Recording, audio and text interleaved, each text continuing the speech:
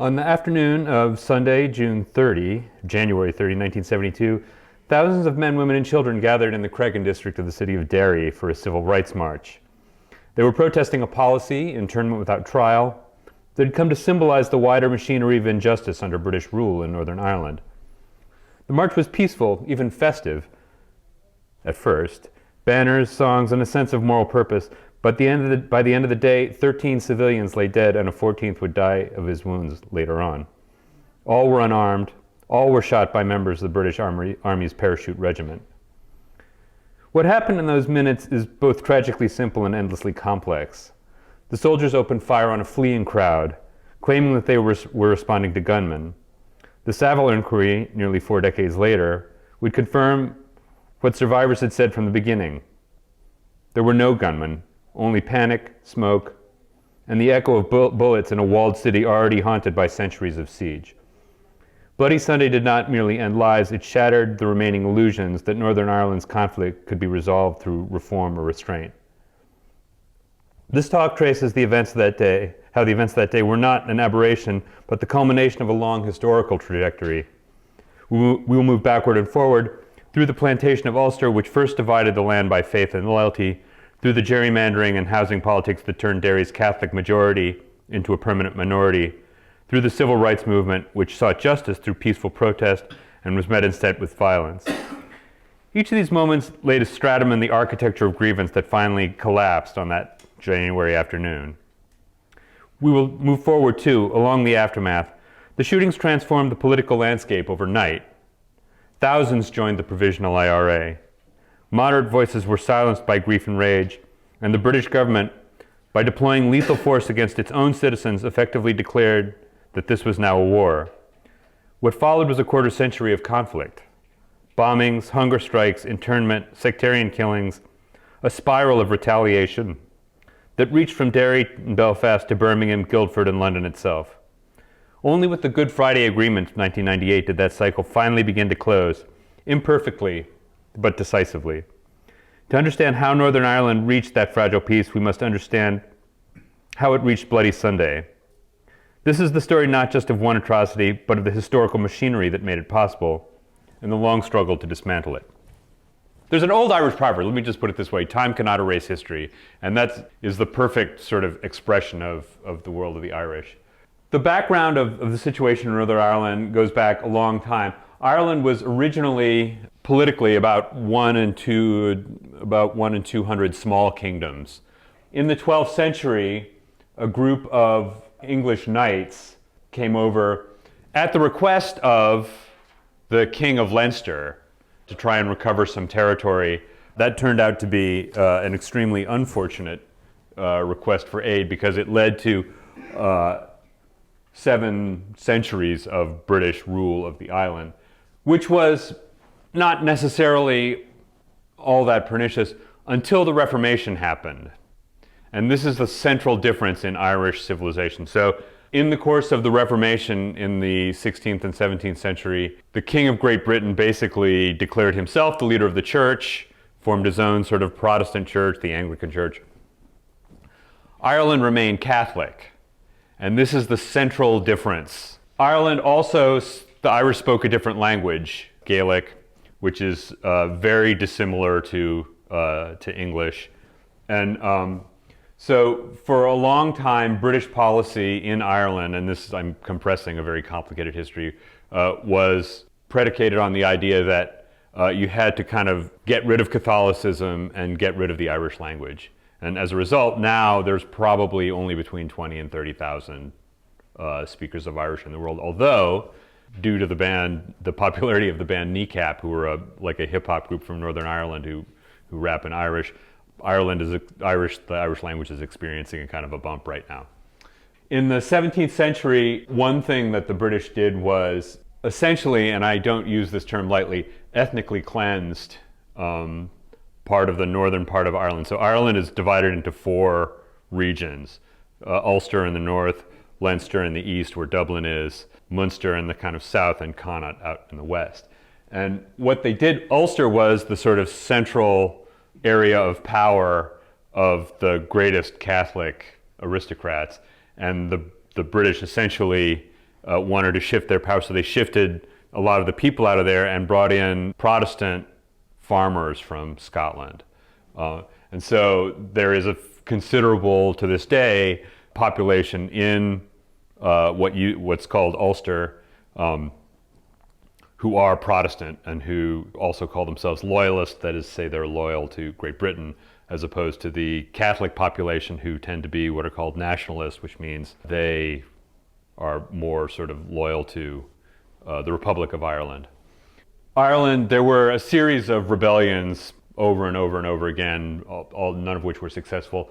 Finally, there was the Easter Rising in 1916. The Irish Republican Army and a few other organizations staged this failed rising in Dublin. The British came in, executed all the leaders.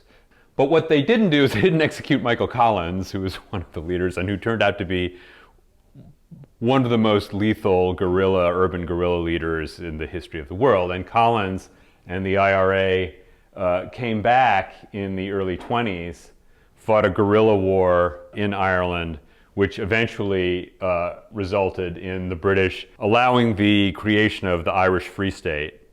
But they kept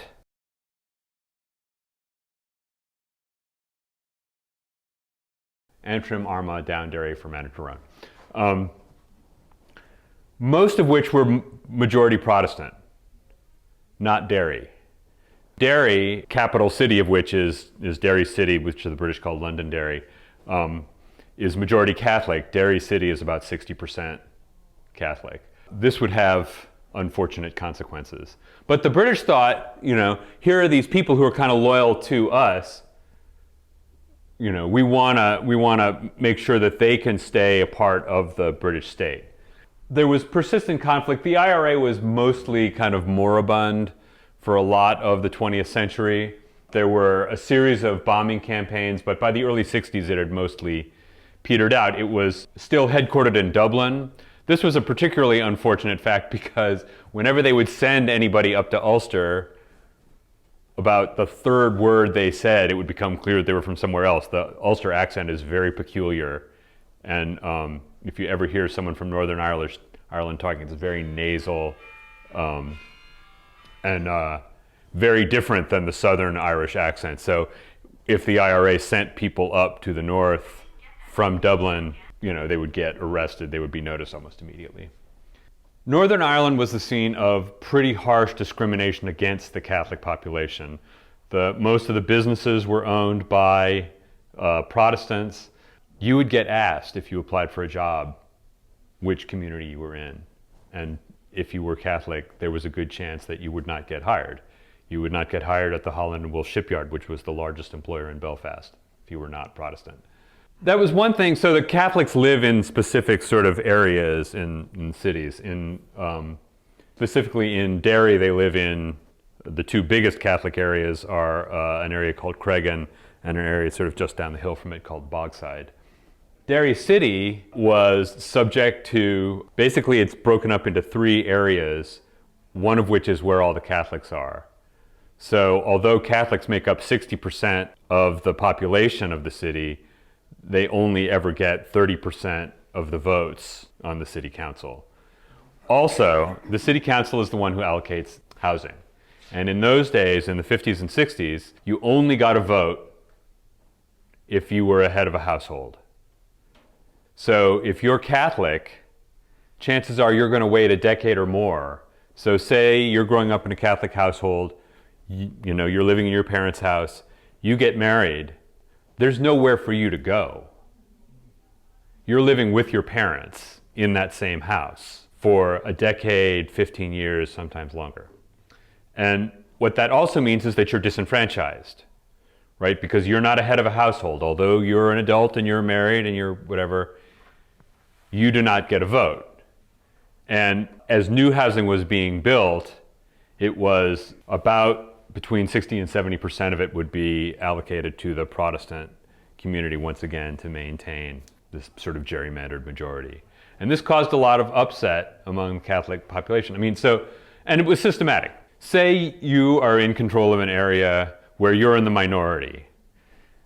say also that other group is one that tends to demographically expand, for lack of a better term, faster than you do. Catholics tend to, how to put this, make a larger number of babies for reasons that I don't need to explain. And I say this as a person who's Irish Catholic, or who came from an Irish Catholic milieu. So what is it that you got to do? Well, number one, you got to keep them from expanding their share of the vote. Number two, it helps if you keep them in an economic condition such that lots of them choose to emigrate. And this is one reason, not the only reason. Irish emigration is a fascinating topic in and of itself. But one sort of consequence of the economic disempowerment of Catholics in Northern Ireland was that a lot of the younger ones emigrated because they couldn't get jobs. So they emigrated to the larger British cities, Liverpool, London. They emigrated to Boston, to New York, to Cleveland, to all over. I mean, there's a reason why there's a kind of wide Irish diaspora around the world. And it's not just this, but this is one sort of element of it. In the 1960s, there were politicians in the Catholic community in Ireland who looked at the civil rights movement in other parts of the world, especially in the United States, and said, well, let's try that, right? Let's see if we can get some movement on what's going on here by using the same tactics that the American civil rights movement is using to try and redress the political balance. This is Ivan Cooper. He was one of the major figures in liberal politics in Northern Ireland and also in the Northern Ireland Civil Rights Association. The Northern Ireland Civil Rights Association, or NICRA, staged a series of demonstrations. But what was also, I mean, there was also a lot of anger in the Catholic community, in the nationalist community, right? And what you have when you have a lot of young, unemployed guys around, they tend to be ready to undertake more direct solutions, if you want to put it that way. So the IRA, which now was headquartered up in Belfast. I mean, the ironic thing is that people in the Republic thought, well, yeah, you know, it would be great if we got but they didn't really. They were mostly concerned with, you know, what their groceries cost and stuff like that. I mean, more immediate concerns, like the concern about what happened in Northern Ireland was something you had in the back of your mind, especially if you had relatives up that way. But by and large, there was less concern in the Republic what went on. So the IRA kind of migrates up into the north, but the IRA also goes through this weird, so they're really pretty small at this point, and they don't have many weapons. And a political split develops within the IRA in 1969 between what was called the officials and the provisionals, the official wing, the provisional wing. The official wing were a little less aggressive, a little more politically leftist at the time. The provisionals were a little more aggressive and a little more traditionally Catholic. And you can see here that Sean McStephen. I should have gotten a bigger picture, but I always forget that when I come here, the thing is kind of small. But they were really into the idea of physical force, right? So if we disrupt the economy of Northern Ireland by blowing things up, but also, you know, we have to defend our communities because the Catholic communities are being rioted on by the Protestants to try and shift them out of particular areas of town. Also, the Protestants, there's a sort of civic organization in Northern Ireland, still exists today, called the Orange Order. The Orange Order stages marches during the summer, usually around July. July is the anniversary of the Battle of the Boyne, famous 17th century battle when the British forces beat the kind of Catholic rebels. They stage marches where they beat drums and they have bands and they sing these sort of very provocative songs, and they march. It's called the marching season, and a lot of times they march through Catholic areas to make the point to the Catholics, we're in control. This is our state, and the police will then protect them while they do it. It sort of turned to the course in the 90s that the police eventually said, this is causing massive public disorder whenever it happens. Like we need to find some other solution. But for decades, this would be the case. The Orange Order would, every summer, beginning of July, they would march around. They would march through Irish or Catholic areas to make the point, we're in control. You know, you guys have to adjust yourselves to what we want. The IRA is, yes, ma'am. Green is the Protestant thing? Green is the Catholic color. Orange is the Protestant. Yeah. Okay. But the Irish tricolor has both, and there's a reason for that. The Irish flag wants to make the point that Ireland needs to be the home for the Catholics and the Protestants, for all people who are Irish, irrespective of. Now, the Protestant population in the southern part of Ireland is very small. Across Northern Ireland, generally, it's about 55-45, 55 Protestant, 45 Catholic.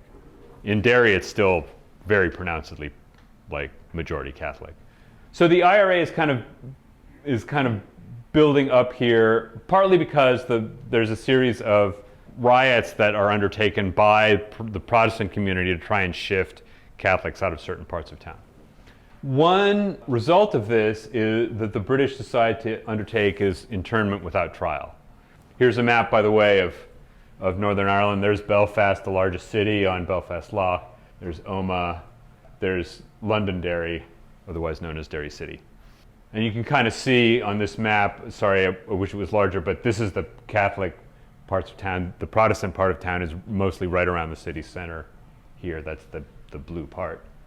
Once again, these are the major Catholic neighborhoods. There's the Bogside right there. There's Crackdown. Crackdown is up on a big kind of hill. But what the British decided to do was institute a policy of internment without trial. So they staged a series of police raids. In the first raid, they picked up, I think, about 370 people. This was only applied to Catholics. This was only applied to the nationalist community. They were imprisoned on a ship called the Maidstone, a kind of rusting hulk that was out in Belfast Harbor. They were not given access to any sort of legal recourse. No Protestants were arrested in these sweeps. The sweeps were conducted very aggressively, doors kicked in at dawn, people dragged out of their beds, arrested in front of their wives and children. Ironically, precious few of the people who were interned were actual members of the IRA either.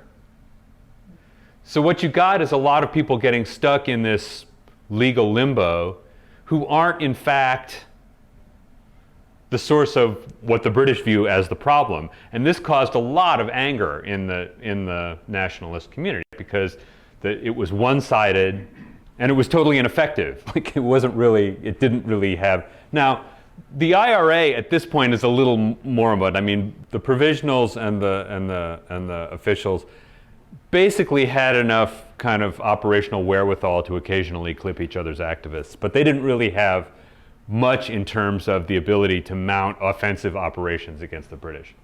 The march that happens in January of 1972 is a march against internment without trial. It starts out up in this field here, up in the Crackdown, and by the time it gets going, it's about 10,000 people. By this time, the British have sent in the army. They are worried that the situation is overwhelming the police.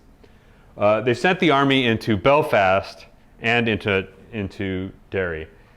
In August, between August 9th and August 11th, 1971, members of the British Parachute Regiment, or the Paras as they're called in the sort of parlance of the British Army, shoot dead 11 Irish civilians, one of whom is a Catholic priest, in an incident in Ballymurphy that's never been fully investigated. There's a really great documentary on it that I think it's just called the Ballymurphy incident. But I didn't even know that this, until about 5 years ago, 6 years ago, maybe a little longer, I didn't even know that this had happened. But this is from the same unit that ends up policing this civil rights march. Now, there's some things to kind of remember about policing, right? Policing is not the same as soldiering. Police get very specialized training for how to handle crowds. They get training in de-escalation because the goal of a police officer is to maintain order, to tamp down disorder, to prevent the loss of life, to prevent violence.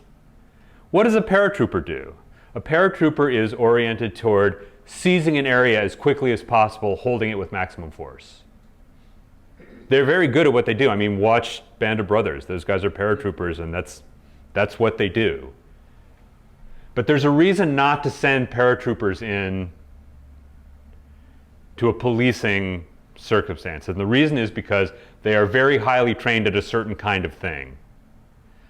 That kind of thing is not the kind of thing that you're going to come up against in a policing a demonstration.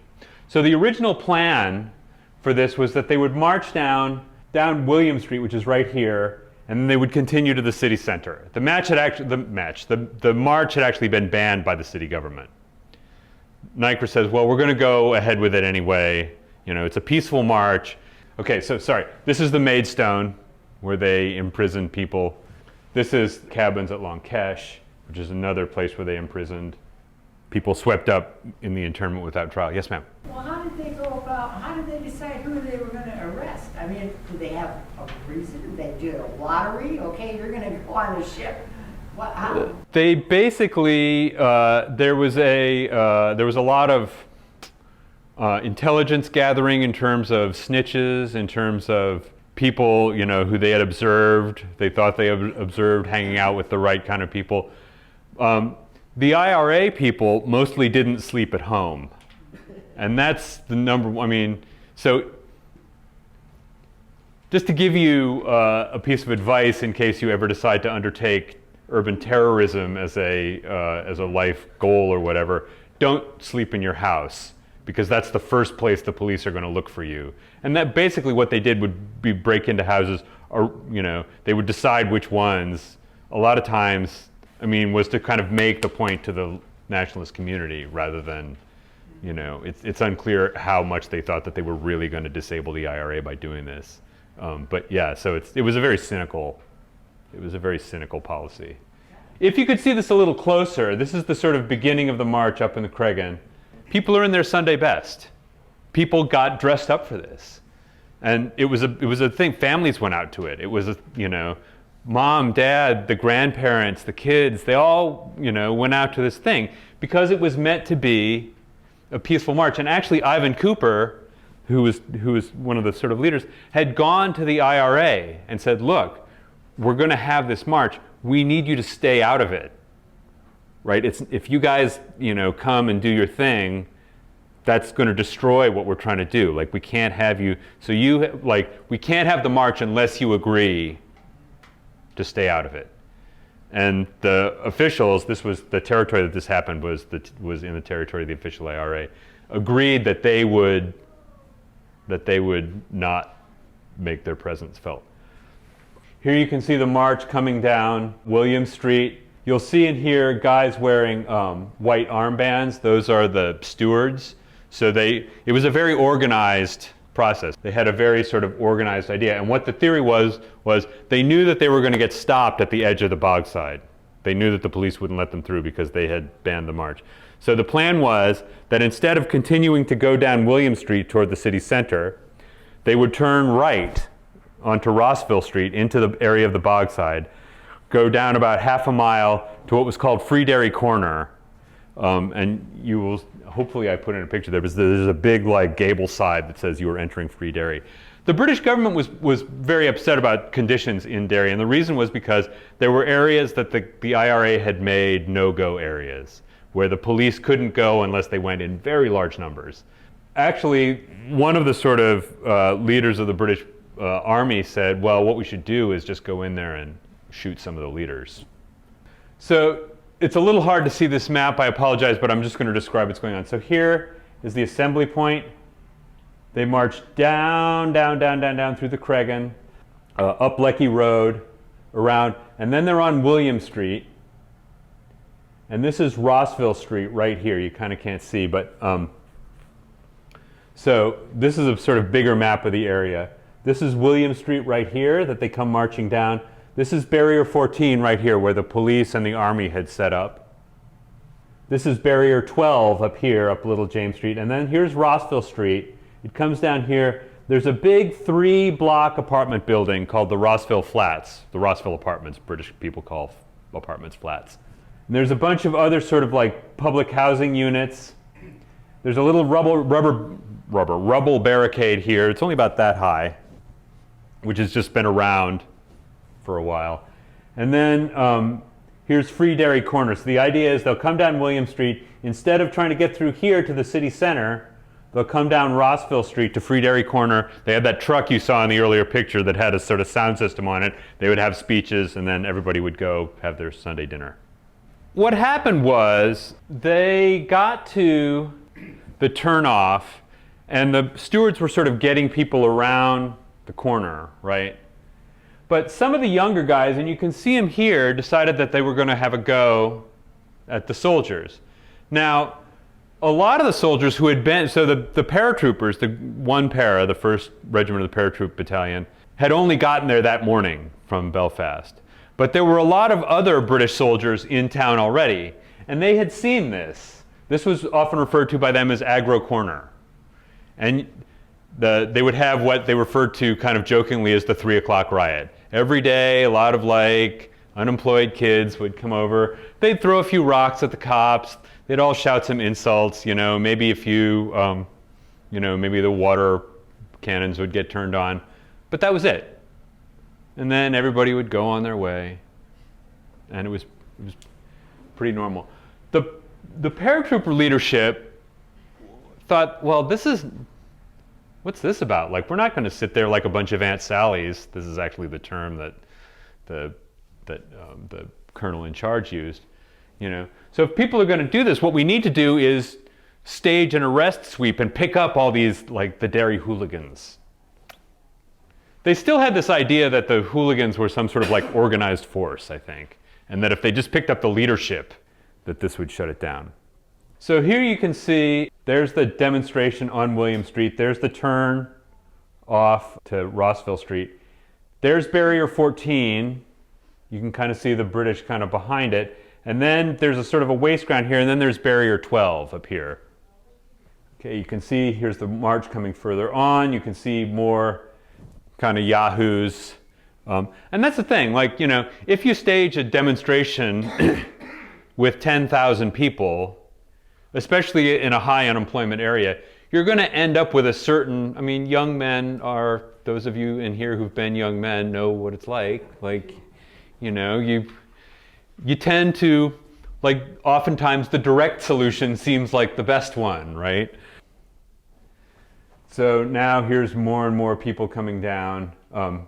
I got this sort of slightly wrong. So this is where Barrier 14 is. Barrier 12 is up here. And you can see there's Rossville Street, and you can see the crowd, a lot of it starting. So they're marching. I mean, they wanted to go up to Barrier 14 just to let them know, like, hey, you're turning us around. So here you can see the stewards trying to shift people onto Rossville Street. And the vast majority of people do go onto Rossville Street and head down there because this is people like you. This is like moms and dads. This is people out just trying to make the point that they have rights that need to be respected. Here you can see the water cannons start up. Once again, there's Barrier 14. The water cannons, a lot of times would have a kind of, the water in it would have a kind of a purple dye, the point of which was to make it easier to identify who had been shot with the water cannon, for reasons that I think don't probably need to be explained any more than that. So these are the guys in front of Barrier 14. It's all young guys. Here we see Jim Ray. His name will come up a little bit later. You can see they're throwing rocks, but these are against dudes in body armor. Like, so the chances that one of these rocks is going to seriously discombobulate you is pretty limited. And also, this was a thing that happened on a daily basis in Derry City. I mean, this was like not out of the ordinary. So here you can see there's Barrier 14 down there. There's Barrier 13, Barrier 12 up kind of to the north, up Little James Street. You can see this like empty waste ground here. That's right here. At a certain point, the commander of the British, and I'm going to flip back here so I don't have to go through my notes and remind myself, whose name was Derek Wilford, Lieutenant Colonel Derek Wilford, calls headquarters and says, okay, I want to do a sweep operation and pick up these hooligans, right? Does this at about 3:55. The commanding officer, who's not on the scene, he's at headquarters, thinks to himself, well, okay, what I don't want to happen is for a bunch of like civil rights protesters to get arrested. What I want them to do is pick up the thugs, right? So what he says is, we're going to wait until there's been a chance for a separation to develop between the protesters and the rock throwers. So he waits 12 minutes. And then at 7 minutes after 4, he gives Wilford the order. He says, okay, you can do a sweep, but what I want you to do is come out of barrier 14 here, sweep up, and get these hooligans who are, you can see them there, they're holding a big piece of corrugated metal that they're using to hide from the police are using also baton rounds, which we'll get into here in a second. I want you to come around here and sweep these guys up, right? What I don't want you to do, and he says this explicitly, I do not want you to get in a running battle down Rossville Street into the heart of the Bogside. He says this explicitly. And this is exactly what Wilford does. Wilford sends his troops out from barrier 12 and out from barrier 14 straight down Rossville Street. By this point, there's a fair number of, so as soon as the troops come out, the dudes who've been throwing rocks at them do what? They run down Rossville Street into the Bogside. But who's already there? A whole bunch of people who've been at the demonstration who are walking in a fairly leisurely fashion down here to Free Derry Corner, where they're going to have a talk, where they're going to have some speeches. So here you can kind of see it from the other way. This was taken on the day. You can see people streaming down here. Here's the Rossville Flats, the big sort of tower apartments. Here's Chamberlain Street right here. There's a little row. There's what's called the Eden Place Waste Ground, which is a sort of empty area. And here's Rossville Street. There's William Street, where the people have started to go down. So once again, here's Rossville Flats. Across the street is Glenfada Park North, which are sort of maisonette type public assistance apartments, and then Glenfada Park South. And then there's a sort of a pedestrian area behind the Rossville Flats. The first thing that happens is when the demonstration is coming down William Street, British soldiers, so here's William Street, it's coming down here, and there's a young guy, Damien Donaghy, he's 15 years old, he's hanging out on this waste ground here, and British soldier stationed in one of these buildings here shoots him through the leg. It goes through his leg, hits John Johnson, 59 years old. Neither one of them were doing anything. The troops later in the inquiry claimed that they thought they were trying to throw some sort of explosive device, which is implausible in the extreme. And people are shouting at them. People from the crowd are shouting, "What are you doing?" Like at the soldiers. Like, why are you shooting at them? Those guys aren't. They're just standing on the waste ground. They're not. I mean, Damien Donaghy, 15 years old, might have been trying to throw a rock, but he would have had to be, like a major league outfielder to get such a rock anywhere near where a British soldier was from that point. Both of them survived, although Johnson died from complications from the injuries several months later. Another thing that happens is, although the official IRA had agreed to stay out of it, they had a guy stationed here with a rifle. He takes a pot shot, which doesn't come near to hitting anybody. He later tried to claim that he had done it in response to the shooting. In fact, like the tribunal looked at it and like there's no possible way that could be, like he couldn't possibly have seen enough to be responding to that. It was just some clown with a bolt action rifle. But he didn't come anywhere near hitting anybody. And then this is like 15, 20 minutes before things really get serious. So the British soldiers are armed with 7.62 self-loading rifles. This is an important thing. If you've ever heard one of these things go off, it's the kind of thing you remember. Like, it's especially those of you who are familiar with firearms. This makes a much different noise than like a revolver does, right? Like if you hear it going off, you're like, whoa, that's much larger caliber. But they're also using these, which are guns. They fire what are called baton rounds. A baton round is about that big. It's a non-lethal projectile, by which means say it will not kill you, probably. But the way you're supposed to fire it is to fire it off the ground and into a crowd, and it hurts. I mean, I've seen people get hit with a baton round. You'll have a big old bruise about that big. But sometimes when the police get really annoyed, they'll just fire it straight up into people. That's also an unfortunate thing. So the police show up on the Eden Place waste ground. They send first 2 NPCs, this one commanded by Lieutenant N. The British soldiers are all pseudonymous. And you can see Lieutenant N and his fellow soldier here. And there's a crowd here. This area leads to Chamberlain Street. This is a little alleyway. And you can see him pointing his weapon in there. And what happens was Lieutenant N, as it turned out, this is one of the key things, and I think that it's it didn't come out until so right after this happened, there was something called the Widgery Tribunal, which basically exonerated the soldiers. And then in the 90s, the Savile Tribunal happened, and that went on for 10 years. And you can find the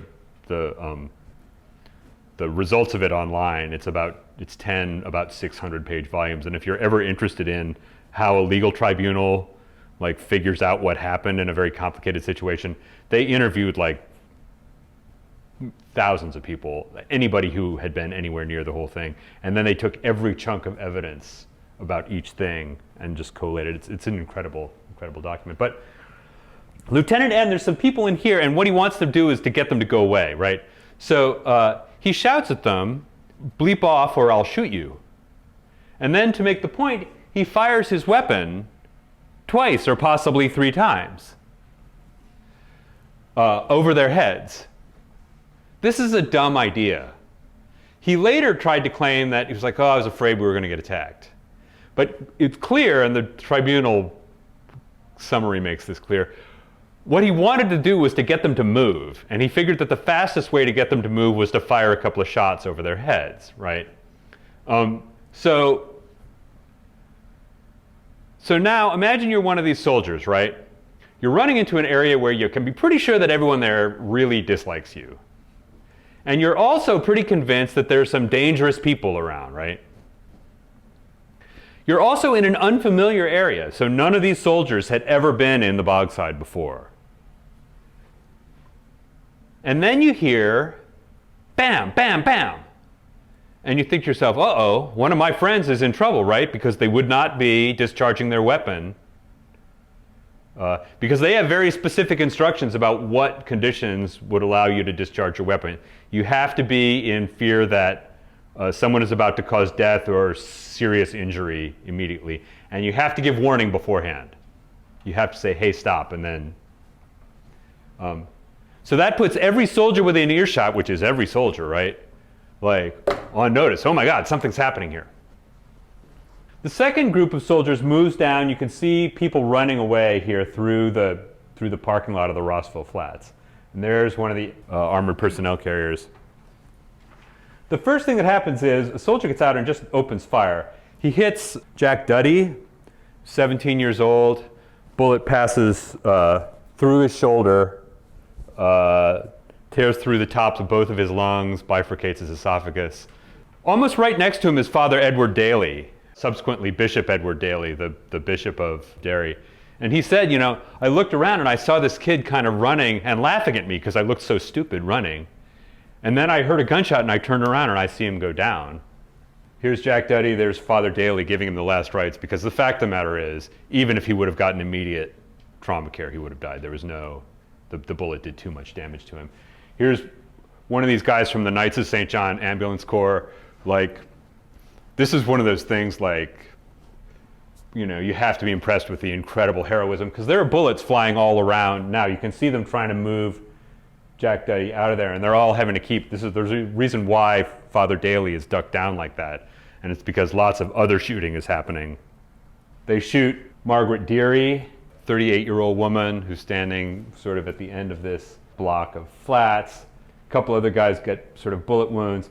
There's a guy named Michael Bridge right here who starts screaming at the soldiers, like, shoot me. Like, you can kind of see him here. There's Michael Bridge.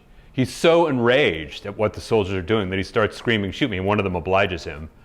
But the only person who's killed is Duddy, and you can see them. They bring him up Chamberlain Street, and then the soldiers up at the end of Chamberlain Street won't let them evacuate him further, and by the time they get him to the hospital, he's long gone. One thing that happens actually, and Friar Daly said this, they were sort of down here and there's a kind of a low wall, and he said he saw a guy. Did I have a picture of it here? This guy right here. And he's clearly got a handgun. You can see him. And he leans around here and takes a couple of shots at the British soldiers. And all the people who are standing around are like, will you get out of here? Like, what? Like, you're going to get us all killed. You need to leave right now. And the guy does. But this is the only, so the British soldiers tried to claim that they came under this sort of fusillade of fire. There is exactly zero forensic evidence that that is the case. They were certainly getting rocks thrown at them from various places, but they were not, like, the idea that they were like, I mean, the thing about gunfire is it leaves traces, right? It leaves bullet pocks. There's like brass around usually. No British soldier was wounded in this. So the idea that they were, yes ma'am? Why are all the names of the soldiers just initials? Because they had to maintain their anonymity for fear that people would try and take vengeance on them. But even now we don't know what their names are? Even now we do not. So the soldiers get to a sort of walkway up by Glenfada Park, and here's that rubber barricade I was talking about. They're about 80 yards up that way. They see this crowd of people here at the rubble barricade, and they open fire. They later tried to claim that there were people throwing nail bombs at them. Once again, there is exactly zero forensic evidence that any of that happened. They kill Michael Kelly. They kill Hugh Gilmore. Here you can see Hugh Gilmore. He's been shot, and he's running along the back side of the Rossville Flats. He makes it to this door. They try to take care of him there, but he bleeds out. Here they shoot Michael Kelly. Michael Kelly is right there. He gets shot first. Then they shoot Michael McDade, William Nash, John Young. William Nash's father, Alexander Nash, comes up to try and help him. Sticks his head above the barricade, and he gets shot too. He survived. But then once again, so this is 80 yards up the street that the British soldiers are. They move into the parking lot of Glenfada Park North and just immediately start shooting. There's no announcement. They shoot 6 people there. One of them is Jim Ray, the guy who was like going like that in the earlier photograph. He's shot. He goes down, and then he had a second bullet wound that was delivered clearly from somebody standing over him. So a soldier came up and shot him while he was already certainly mortally wounded. Then the soldiers proceed out the back of Glenfada Park. They shoot Damien Donaghy. Damien Donaghy, as it turns out, actually has 4 nail bombs in his pockets. But there's no indication that the British soldiers knew that. They also killed a guy who was standing behind him because he got a through and through, and it killed him. But once again, there was no indication that he had made any attempt to use them, or that the British soldier who shot him knew that he had them. And then finally, soldiers get around to here, and here's the back of the Rossville Flats. There's a whole bunch of people kind of sheltering here and a few more here. One soldier in particular opens fire, kills Bernard McGuigan, who's running out with a handkerchief to try and help another guy who's been shot. He's immediately killed. There's a third guy. He survives, Patrick Doherty. And you can see there's so this is the distance at which we're talking. This is another 80 to 100 yards away that they're opening fire on these people. There's Bernard McGuigan. It's all over in about 25 minutes. In February, the British set up a tribunal, the Widgery Tribunal. And the conclusion of the tribunal is that the British soldiers came under a fusillade of fire. They managed to avoid getting shot or otherwise injured because of their, what was the word they used? The excellence of their woodcraft.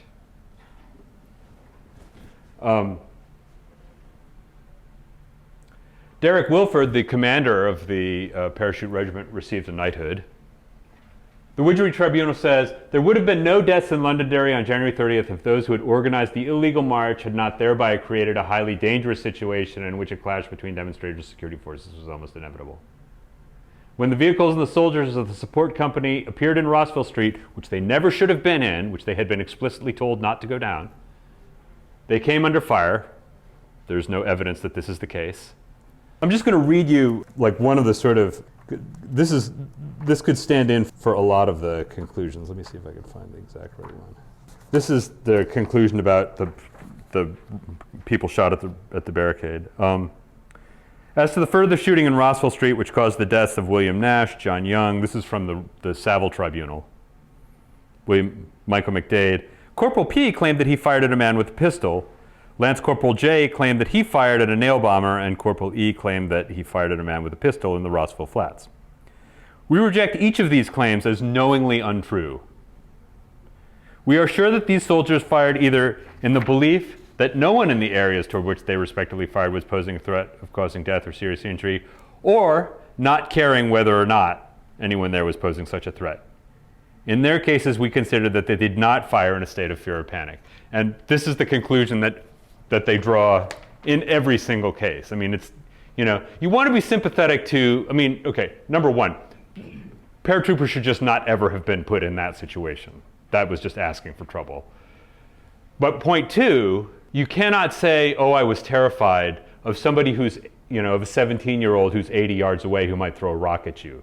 Like, I doubt that there is a person in this room, myself included, who could throw a rock 80 yards.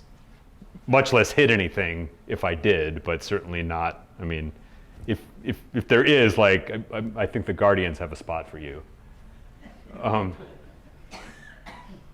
Soldiers who identified armed gunmen fired upon them in accordance with a standing order and the yellow card. The yellow card is the rules of engagement. Each soldier was his own judge of whether he had identified a gunman. Their training made them aggressive and quick in decision. That's certainly true. And some showed more restraint in opening fire than others. One of them actually fired more bullets than he had actually been issued with, which indicates that he had brought some of his own bullets with him to the event. None of the deceased or wounded is proved to have been shot whilst handling a firearm or bomb. Some are wholly acquitted of complicity in such action, but there's a strong suspicion that some had been firing weapons or handling bombs in the course of the afternoon. One or two of them had firearms residue on their hands. It turned out that those ones that did, their bodies had been thrown on the floor of British armored personnel carriers. What is on the floor of armored personnel carriers? Dust from firearms residue. So in almost every case that, there's no evidence that any of these people had been. So what resulted from this was an escalation. The IRA grew dramatically. This was the greatest recruiting coup that the IRA had ever had. A British RUC intelligence assessment at the time recorded a marked increase in recruitment activity by the provisionals, accompanied by a sharp decline in cooperation with the civil rights authorities. After Bloody Sunday, the IRA could recruit faster than it could arm. What resulted was a spiral of horrific violence, and this is the result of a bombing that happened in August 1979 at a place called Narrowwater. There's a road that went along the border along a river that separated Northern Ireland from the Republic. The British often wouldn't go down this road because it was viewed as too easy to ambush them there. They were going down it on this particular day because they were trying to avoid creating patterns or whatever. The IRA placed an 800-pound fertilizer bomb on the back of a flatbed truck, like an APV, and then 4 trucks went by. There was an active service unit on the other side of the river. They detonated it as the 4th truck went by. It killed 6 soldiers. And then a helicopter and a couple more trucks showed up. The British soldiers called for help. By this time, the IRA had seen so many disaster responses that they had guessed correctly where the British would set up their command station, which was in front of a gate across the road from where the first bomb had gone off. They had also planted a bomb there. And half an hour later, once the rescue troops had arrived, they detonated that bomb, also an 800-pound fertilizer bomb that killed 12 more soldiers, including the colonel running the operation. And if you're wondering how that went down in Belfast and Derry, here's a piece of graffiti. On that same day, another IRA group blew up the boat of Lord Louis Mountbatten, who's Queen Elizabeth's cousin, killing him, one of his older relatives, his grandson, and a 15-year-old boy who was working on the boat. And here's a piece of graffiti that went up afterward. It says, 13 gone but not forgotten, we got 18 and Mountbatten. And here's an IRA, it's right next to an Armalite rifle. I mean, that reflects a real level of savagery when you're celebrating, like, you know, that kind of killing and payback. You can kind of see, here's the spiral of violence that gets going. This is 1972. And it goes on until the Good Friday Agreement in 1998. The Savile, they finally, 1998, they established the Savile Inquiry under Lord Savile of Newdigate, established by Tony Blair. It took evidence until 2004, and I think that they took evidence from something like 1,500 people. It's incredibly numbing reading the volumes of it. I mean, really, they interviewed everybody who was still around who'd been on the march. All the soldiers, everybody. It's startling. And you really get, it's really, for those of you with an interest in sort of legal stuff, if you've ever wondered how they go about like trying to pick out what happened in an extremely complicated environment, they're like, if you read the volume, it's like, okay, now we're going to talk about this thing. Here are like 100 pieces of evidence that we have that relate to it, and we're going to list them all, and then this is the conclusion that we're going to draw from them. It's really startling. Finally, in 2010, David Cameron gave an address to the House of Commons in which he apologized for the shootings. And I have to say I was pretty surprised when this happened, because usually people don't. The coin of the realm these days is never apologize. But, and he made the point, what was done there didn't excuse the violence that followed. And I mean, the violence that happened in Northern Ireland Belfast particularly became the place to go if you ever wanted to have knee surgery, because one of the things that they really specialized in, a way of punishing people, would be to kneecap them with a 9mm pistol or a power drill. So Belfast became a center of where reconstructive knee surgery was among their specialties. There was an incident where a guy named Billy Wright, who was a loyalist terrorist, walked into a sweet shop and just blew away the girl working the counter. There was another incident where a guy from a splinter group called the Catholic Reaction Force walked into a sort of isolated independent church out on a hillside and just opened fire with a submachine gun. There were a series of horrific bombings. If you ever heard that Cranberry song "Zombie," it's about a bombing in Warrington that killed a 10-year-old and a 6-year-old. Once sort of people decided, okay, we tried let's do the peaceful protesting thing, and they opened fire on us, right? So now what we're going to do is, now the restraints are off. Like if the peaceful way isn't going to work, not everybody decided this, but you don't need that many people to run a terrorist organization. You need a certain number of people who are relatively sympathetic to them, right? So they can get safe houses and whatever. But you don't need that many people, because, a lot of times people will say, well, I don't really support the IRA, or I don't really support the UVF, who are like one of the big loyalist terrorist organizations. But I'm not going to tell the police about them either. Also, I mean, the sort of guerrilla war against the terrorists in Northern Ireland was incredibly savage. The police sometimes would arrest somebody and then let them go. And the reason was that would convince their friends that the reason that they had been let go is because they had snitched. So they would tell people like, okay, we're going to arrest you, but we're going to let you go this afternoon. They'd be like, you can't do that. Like, somebody's going to come and kill me. And they're like, yeah. So which would you prefer? Like, telling us some information, or having your friend, the IRA send the nutting squad after the group. The IRA had a sort of counter espionage group called the Nutting Squad that were responsible for executing people who they thought were snitches. Only one prosecution has resulted from this, and it's Soldier F. And if I remember correctly, you guys can correct me, those of you who are holding onto the sheet. Soldier F is the guy who was firing across the way, who killed Patrick McGuigan, and another guy who was just crawling away.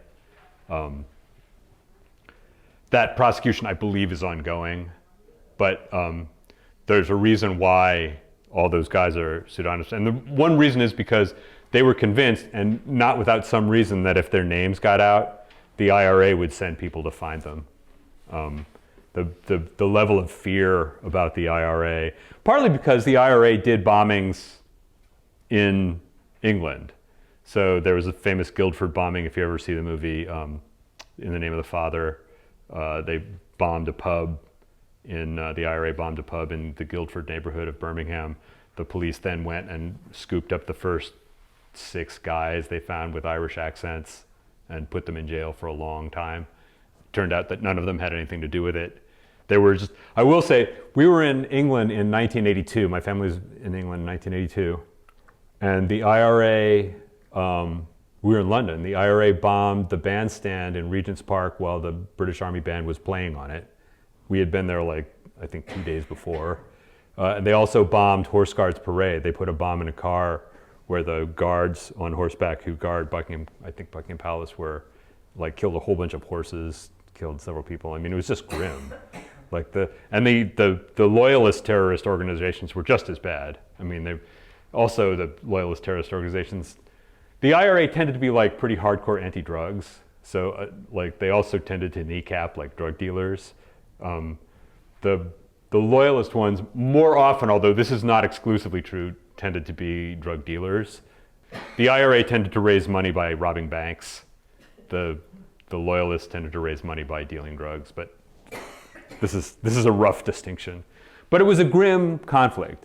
I mean, so ultimately, what do we take away from this? Number one,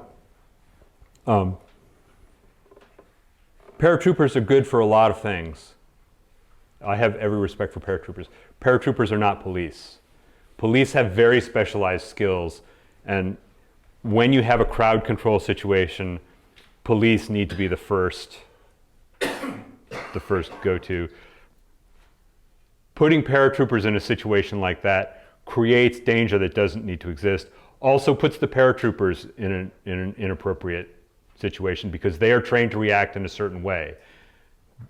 And they react to each other in a certain way. So, if you're a paratrooper, what's the value? Aggressiveness, right? You don't want to be seen as less aggressive than the people in the unit around you. So you want to, show out for the team, right? And that seems to be one of the things that drove the dynamic, that these guys, once one guy started shooting, lots of them started shooting. And especially and the reason why you need to use police in situations like this, the reason why they should have been the go-to ones here, although the RUC, the Royal Ulster Constabulary, had its problems, is that it allowed a spiral of violence to get going that was very hard to extinguish, because once you start having these tit-for-tat killings, the rationality of the situation goes out the window, right? Because you think to yourself, well, they killed, so-and-so, I'm going to pay someone better. As a matter of fact, the day after the Warren Point bombing, when soldiers were killed, loyalist paramilitaries shot a Catholic man dead on a housing estate in Belfast because they thought incorrectly that he was a member of the IRA, but they just went out and shot somebody. And that's we could be here the rest of the day, and I could tell you stories exactly like that. So the key when you're in a conflictual situation like this is to de-escalate the situation, to find a way where talking is going to work, because in an environment like this, once situation gets to the I'm going to pay you back, I'm going to pay you back. It's a dynamic that's incredibly difficult to stop. And in the case of Northern Ireland, it took almost 30 years to bring it under control. Thank you for your attention, and I will answer questions if you have them.